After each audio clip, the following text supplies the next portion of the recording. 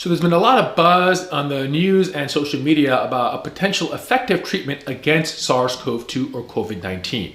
And that is the combination of hydroxychloroquine and azithromycin. And this came out of a study out of France, a small study. And since the publication, it was tweeted out by President Trump. It was publicized largely by the media and other big accounts, and it was touted as a potential game changer. And there was demands that the FDA immediately approve this therapy. However, the scientific community was sort of like, let's pump the brakes on this and let's take a closer look at this before we make these sweeping recommendations. The hot topic lately seems to be whether this medicine, chloroquine or hydroxychloroquine, which are both related, has any action against this virus. And then this study came out touting azithromycin may have a big effect. So let's kind of dive into that. First of all, what exactly is chloroquine and hydroxychloroquine?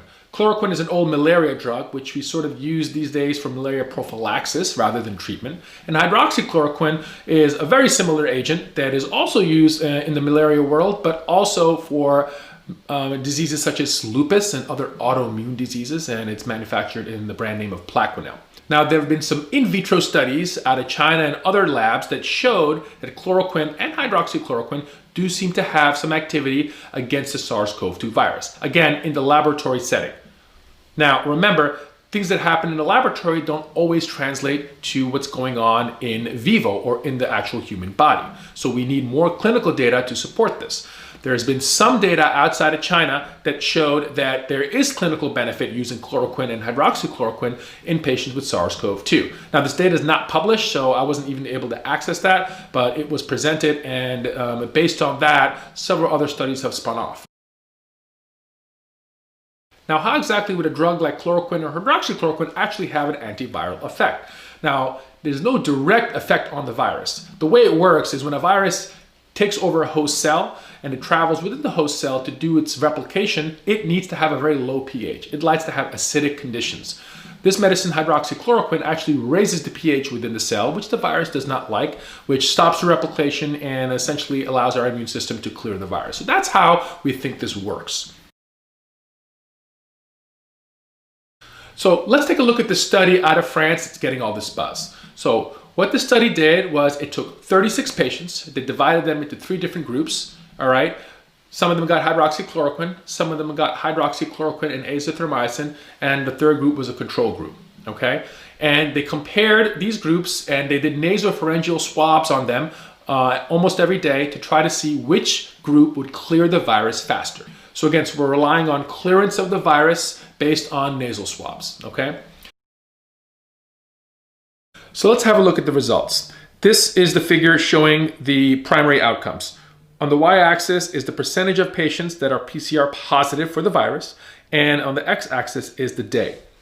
The black represents the 16 patients who were controls who did not get the drug. The blue is the 14 patients who got hydroxychloroquine, and the red is the 6 patients who got the hydroxychloroquine plus azithromycin. Well, you can see there's a clear difference in the number of patients who had positive virus between the control group and the hydroxychloroquine group, and even more dramatic of an effect in the 6 patients who got hydroxychloroquine and azithromycin. So again, looks pretty and looks encouraging, right? Now, a couple of things. Number one, super small study, right? Only 36 patients were in the study. Secondly, this is not randomized. So they took a cohort of patients who they gave the drugs to, and they compared it to a separate cohort of patients who did not get the drug, all right? So again, this reduces the sort of scientific robustness of the results.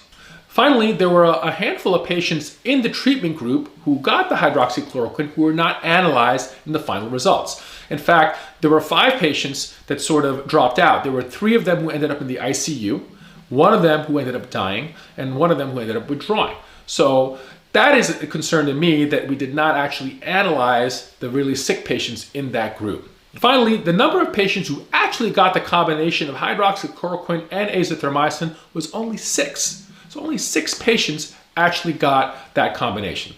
So again, to summarize, we're sort of making these claims that there's going to be this big clinical benefit of hydroxychloroquine and azithromycin based on a small non-randomized study that looked at viral clearance and not clinical outcomes, and 5 of the patients who ended up dropping out, and only 6 patients who actually got both hydroxychloroquine and azithromycin. So again, before we make these sweeping claims that this is a game changer, we have to be cautious, remain optimistic that there is some merit that this is proving proof of concept that the drug may work, but we definitely need more trials to prove this. Now, luckily, there are more trials going on right now, okay, across the nation and the world to examine the efficacy of hydroxychloroquine and other promising drugs, such as one drug, remdesivir, which is from Gilead, and this was developed to treat the Ebola virus. So there's a lot of hope that this is going to pan out to be efficacious. But until we get a little bit more data, I think we have to really temper our expectations and stay objective, and let's not forget about the science. Now what's happening is, because of all this buzz based on this small trial, pharmacies have been cleaned out across the nation of hydroxychloroquine, right? And patients who actually need that drug for FDA-approved reasons, such as lupus, are not able to get it. So we got to be careful here, and let's not jump the gun.